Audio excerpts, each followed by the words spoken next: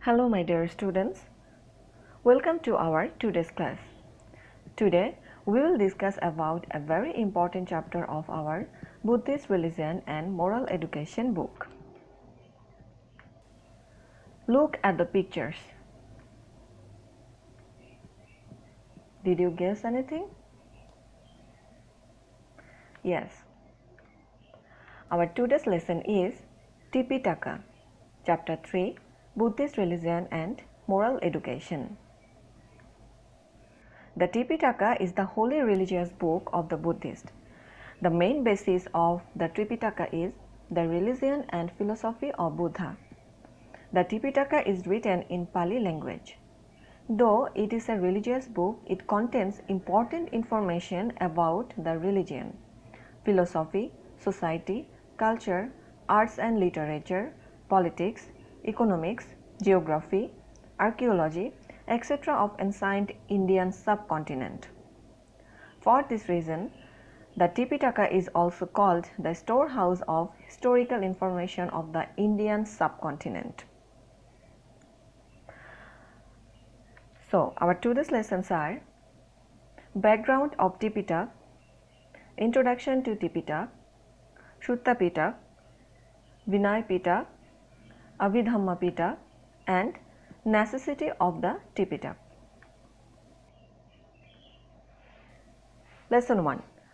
Background of Tipitaka.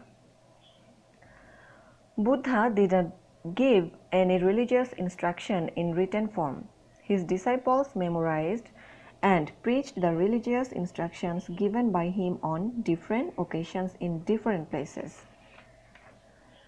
During the lifetime of Buddha, he used to solve any kind of problems created in the Sangha. Sometimes the leading disciples of Buddha solved such problems with Buddha's permission. As a result, there was no serious problem during the lifetime of Buddha. But in the attainment of Mahaparinibbana of Buddha, some immodest bhikkhu felt delighted because they would not have to abide by the rules of Vinaya anymore. The disciples of Buddha became worried about the loss of distortion of the works of Buddha, realizing the speech of Subhadra and the attitude of the immodest disciples. Then the disciples of Buddha, led by Mahakashyapa Thera, arranged for the councils for the first time. They took initiative to collect the words of Buddha. After 3 months of the great passing away of Buddha, this council was held in the Shaptaparni cave of Rajgeha under the patronization of King Ajatasattu. The disciples of Buddha preserved and preached, memorizing the Dhamma and Vinaya collected in the first council. But after 100 years of the great passing away of Buddha, the monks from Bajji clans introduced 10 rules which had no connection with the Vinaya, created division in the Sangha, and there arose a debate regarding the words of Buddha. Then, to get relief from this debate, the second council was arranged. At the patronization of Emperor Ashoka and under the presidency of Moggaliputta Tisha Thera, the third council was held at Ashokarama Bihar of Pataliputra. This council lasted for 9 months. Imitating the first and second council, the words of Buddha were collected again in this council after re-recitation. To save the words of Buddha from distortion and extinction, initiatives were taken to give it written form. Then, in the 1st century before Christ, at the patronization of the king of Ceylon, Vattagamini, Tipitaka was written on the palm leaf, and thus the words of Buddha were given a permanent form. Lesson 2. Introduction to the Tipitaka.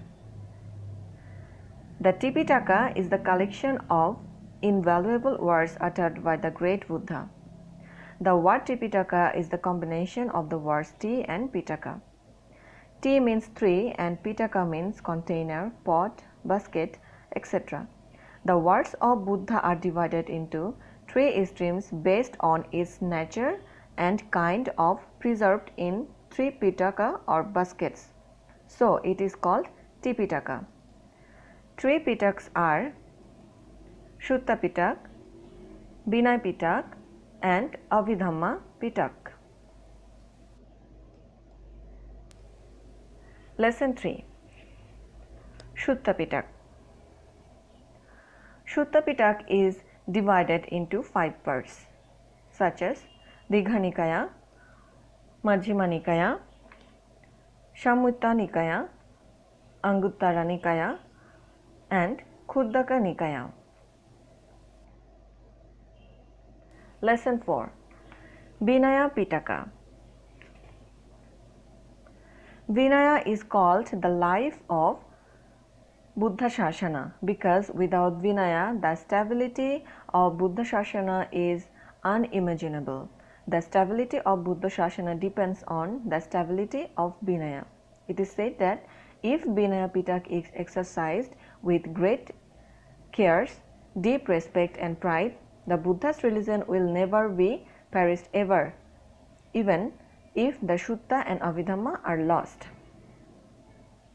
It is divided mainly into 3 parts: Shutta Vibhanga, Khandaka and Parivara or Parivar Pat. Lesson 5. Abhidhamma Pitak. The third or the final part of the Tripitaka is Abhidhamma Pitak. The book repletes with the enriched discussion of Buddhist religion and philosophy. The philosophical or ethical facts which are instructed to follow in Shutta Pitak, that facts are presented in Abhidhamma Pitak, explaining in a detailed and minute way.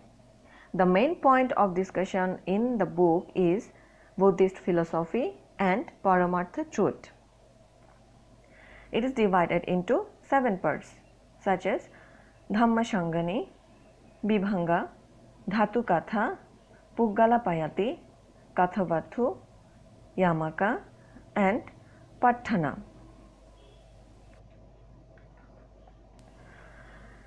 So, Lesson 6.